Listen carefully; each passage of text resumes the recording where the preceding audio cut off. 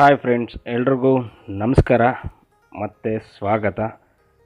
So ನಾವೀಗ ದಿಡುಪ್ಪೆ ಫಾಲ್ಸ್ಗೆ ಹೊರಟಿದ್ವಿ. ದಿಡುಪ್ಪೆ falls ಬಂದು ಧರ್ಮಸ್ಥಳದಿಂದ ಒಂದು 28ರಿಂದ 30 ಕಿಲೋಮೀಟ್ರ್ ಬರುತ್ತೆ. ಸೊ ಬೆಳ್ತಂಗಡಿಯಿಂದ ಒಂದು 26 ಕಿಲೋಮೀಟ್ರ್ ಆಗುತ್ತೆ. ಈಗ ನಾವು ದಿಡುಪ್ಪೆ ಫಾಲ್ಸ್ ನೋಡೋಣ ಅಂತ ಬಂದ್ವಿ.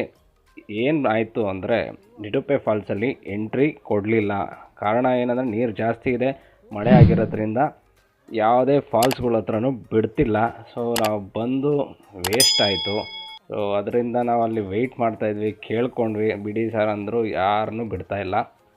ಹಾಗೆ ಅಲ್ಲಿ ಲೋಕಲ್ ಹುಡುಗರು ಸಿಕ್ಕಿದ್ರು. ಸರ್, ಇಲ್ಲೊಂದು ನಿಮಗೆ ನೋಡದೇ ಇರೋಂಥ ಜಾಗ ಇದೆ, ದಿಡುಪ್ಪೆ ಫಾಲ್ಸ್ ಬರುತ್ತೆ, ಅಂದರೆ ನೀರು ಅಲ್ಲಿಂದ ಹರಿಯುತ್ತೆ. ಸೊ ಒಳ್ಳೆ ಜಾಗ, ನೋಡೋಕ್ಕೆ ಒಳ್ಳೆ ಸೀನರೀಸ್ ಇದೆ, ಬನ್ನಿ ಕರ್ಕೊಂಡು ಹೋಗ್ತೀವಿ ಅಂತ ಹೇಳಿ ಒಂದು ತೋಟದೊಳಗಡೆ ಹೋಗ್ತಾಯಿದ್ದೀವಿ. ನೋಡಿ, ಈ ತೋಟದೊಳಗಡೆ ಬಂದ್ವಿ.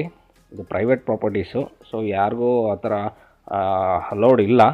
ಸೊ ಅವರು ಲೋಕಲ್ ಹುಡುಗರು ಆಗಿದ್ದರಿಂದ, ಅಲ್ಲಿರೋ ಊರಿನವರೇ ಇದರಿಂದ ಅವ್ರಿಗೆ ಗೊತ್ತಿದೆ. ಸೊ ಅದಕ್ಕೆ ಕರ್ಕೊಂಡು ಹೋಗ್ತಾಯಿದ್ದಾರೆ ಒಳಗಡೆ. ಸೊ ನೋಡೋಣ ಹೇಗಿದೆ ಜಾಗ ಅಂತ ನಾವು ಹೊರಟ್ವಿ. ಜಾಗ ಅಂದರೆ ನೋಡಿ, ರೋಡ್ ಗೀಡ್ ಏನಿಲ್ಲ, ಈ ಕಾಲ್ದಾರಿ, ಕಾಡಲ್ಲೆಲ್ಲ ಇರುತ್ತಲ್ಲ ಕಾಲ್ದಾರಿ, ತೋಟದೊಳಗಡೆಯಿಂದ ನುಗ್ಗಿ ಹೋಗಬೇಕು. ಮಳೆ ಇರೋದ್ರಿಂದ ಯಾವುದೇ ಫಾಲ್ಸ್ಗಳಲ್ಲಿ ಎಲ್ಲೂ ಬಿಡ್ತಿಲ್ಲ. ಸೊ ಏನಾದರೂ ನೀವು ಬರೋಂಗಿದ್ರೆ ಎಲ್ಲ ವಿಚಾರಿಸ್ಕೊಂಡು ಬನ್ನಿ. ಯಾಕಂದರೆ ಅಷ್ಟು ದೂರದಿಂದ ಟ್ರಾವೆಲ್ ಮಾಡಿರ್ತೀರ, ಫಾಲ್ಸ್ ನೋಡಬೇಕನ್ನೋ ಖುಷಿಯಲ್ಲಿ ಬಂದಿರ್ತೀರ. ಆದರೆ ಇಲ್ಲಿ ಬಂದ ಮೇಲೆ ನಿಮಗೆ ಬ್ಯಾಡ್ ಎಕ್ಸ್ಪೀರಿಯೆನ್ಸ್ ಆಗುತ್ತೆ. ಯಾಕಂದರೆ ಬಿಡಲ್ಲ, ಫಾಲ್ಸಲ್ಲಿ ಎಂಟ್ರಿ ಇಲ್ಲ ಅಂತ ಹೇಳಿದ ತಕ್ಷಣ ಅಷ್ಟು ದೂರದಿಂದ ಹುಮ್ಮಸ್ಸಿಂದ ಬಂದವರು ಇಲ್ಲಿ ಫುಲ್ಲು ಬೇಜಾರಾಗ್ಬಿಡ್ತೀರ. ಸೊ ನಾವು ಹಾಗೆ ಆಯಿತು. ಏನು ಮಾಡೋಣ, ಇವಾಗ ರಿಟರ್ನ್ ಹೋಗಬೇಕು. ಸೊ ಇಷ್ಟು ದೂರ ಬಂದಿದ್ದೀವಿ. ಸೊ ಈ ವ್ಯಕ್ತಿ ಏನೋ ಹೇಳ್ತಾರೆ, ನೋಡೋಣ ಒಂದು ಪ್ಲೇಸ್ ಇದೆ ಅಂತ ಅಂದ್ಕೊಂಡು ಇವ್ರ ಹಿಂದೆ ಹೊರಟ್ವಿ.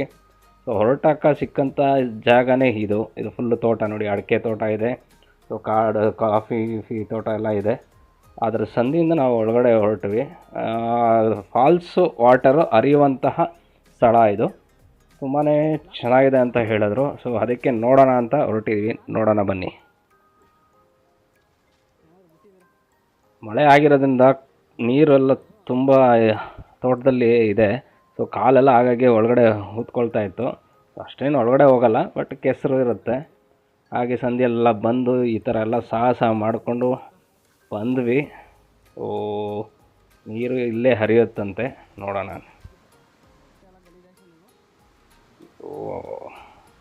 ಸೊ ಫಾಲ್ಸ್ ನೀರು ಇದೇ ಹರಿದು ಹೀಗೆ ಬರೋದು. ಸೊ ಅದೇ ನದಿ ಇದು. ತುಂಬಾ ಚೆನ್ನಾಗಿದೆ ಪ್ಲೇಸು. ಏನಂದರೆ ನೀರಲ್ಲಿ ಆಟ ಆಡೋಕ್ಕೆ ಆಗಲ್ಲ. ಕಾರಣ ಇಷ್ಟೇ, ನೀರು ತುಂಬ ಜಾಸ್ತಿ ಇದೆ, ಫೋರ್ಸಾಗಿ ಹರಿತಿದೆ. ಸೊ ನಾವು ನೀರಲ್ಲೆಲ್ಲೂ ಆಡೋಕ್ಕೆ ಹೋಗಲಿಲ್ಲ, ಜಸ್ಟ್ ನಾವು ಸೀನರಿ ನೋಡಬೇಕು ಅಂತ ಬಂದ್ವಿ. ಸೊ ಇದೆಲ್ಲ ಈ ಬ್ರಿಡ್ಜ್ ಬಂದು ಲೋಕಲ್ ಊರುಗಳಿಗೆ ಕನೆಕ್ಟ್ ಆಗೋದಕ್ಕೆ ಮಾಡಿರೋ ಅಂಥದ್ದು. ಸೊ ಯಾವುದೇ ವೆಹಿಕಲ್ಸ್ಗಾಗಲಿ ಎಲ್ಲ ಬರೋದಿಲ್ಲ ಇಲ್ಲಿ. ನಾವು ಬಂದು ಆ ಹುಡುಗ ಹೇಳಿದ್ದಕ್ಕೆ ಬಂದ್ವಿ ಅಷ್ಟೇ ಹೊರತು ಈ ಜಾಗ ನಮಗೆ ಗೊತ್ತಿಲ್ಲ. ಇದು ಅನ್ನೋನ್ ಪ್ಲೇಸ್, ಯಾರಿಗೂ ಎಂಟ್ರಿ ಇಲ್ಲ.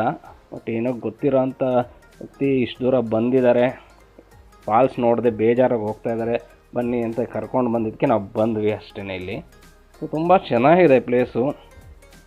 ಎರಡು ಹಳ್ಳಿಗಳ ನಡುವೆ ಇರುವಂಥ ಸೇತುವೆ, ಆದರೆ ಇಲ್ಲಿ ಗಾಡಿಗಳು ಎಂಥದ್ದು ಓಡಾಡಲ್ಲ. ಸೊ ಒಂದು ಮನುಷ್ಯರು ಓಡಾಡೋ ಥರ ಇದೆ. ಅಂದರೆ ನೋಡಿದ್ರಲ್ಲ, ನಾವು ಸಾಹಸ ಮಾಡ್ಕೊಂಬಂದಿತ್ತು. ಸೊ ಹಾಗೆ ಬರಬೇಕಾಗತ್ತೆ. ತುಂಬ ಬ್ಯೂಟಿಫುಲ್ ಆಗಿದೆ ಪ್ಲೇಸ್ ಮಾತ್ರ. ಈ ಥರ ಪ್ಲೇಸಸ್ಸಲ್ಲಿ ನಮ್ಮನೆ ಆದರೆ ಏನಿದ್ರೆ ಒಳ್ಳೆ ಪಾರ್ಟಿ ಮಾಡೋಕ್ಕಂತ ಒಳ್ಳೆ ಜಾಗನೇ ಅಂತ ಹೇಳ್ಬೋದು.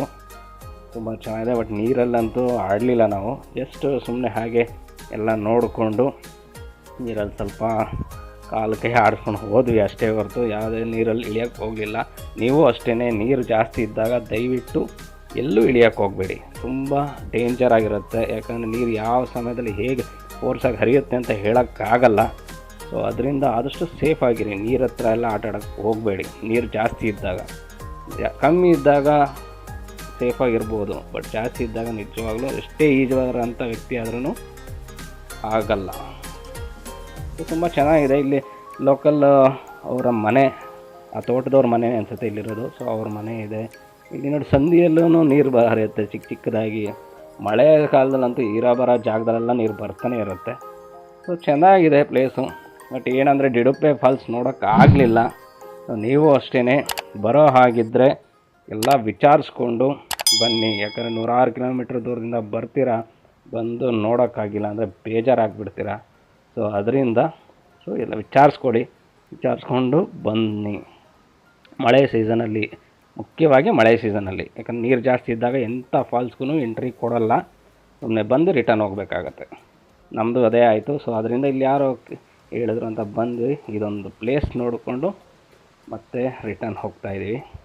ಫ್ರೆಂಡ್ಸ್, ಹೇಗಿದೆ ಪ್ಲೇಸು ಕಾಮೆಂಟ್ ಮಾಡಿ. ಸೊ ಹೀಗೆ ಹೊಸ ವೀಡಿಯೋಸ್ ಬರ್ತಾ ಇರುತ್ತೆ, ನೋಡ್ತಾಯಿರಿ, ಸಪೋರ್ಟ್ ಮಾಡ್ತಾಯಿರಿ, ಲೈಕ್ ಮಾಡಿ, ಶೇರ್ ಮಾಡಿ. ಸಬ್ಸ್ಕ್ರೈಬ್ ಆಗಿಲ್ಲ ಅಂದರೆ ದಯವಿಟ್ಟು ಸಬ್ಸ್ಕ್ರೈಬ್ ಆಗಿ ಆದಷ್ಟು ಸಪೋರ್ಟ್ ಮಾಡಿ. ಇನ್ನು ಹೊಸ ವೀಡಿಯೋ ಜೊತೆ ನಿಮ್ಮ ಮುಂದೆ ಬರ್ತಾನೆ ಇರ್ತೀನಿ.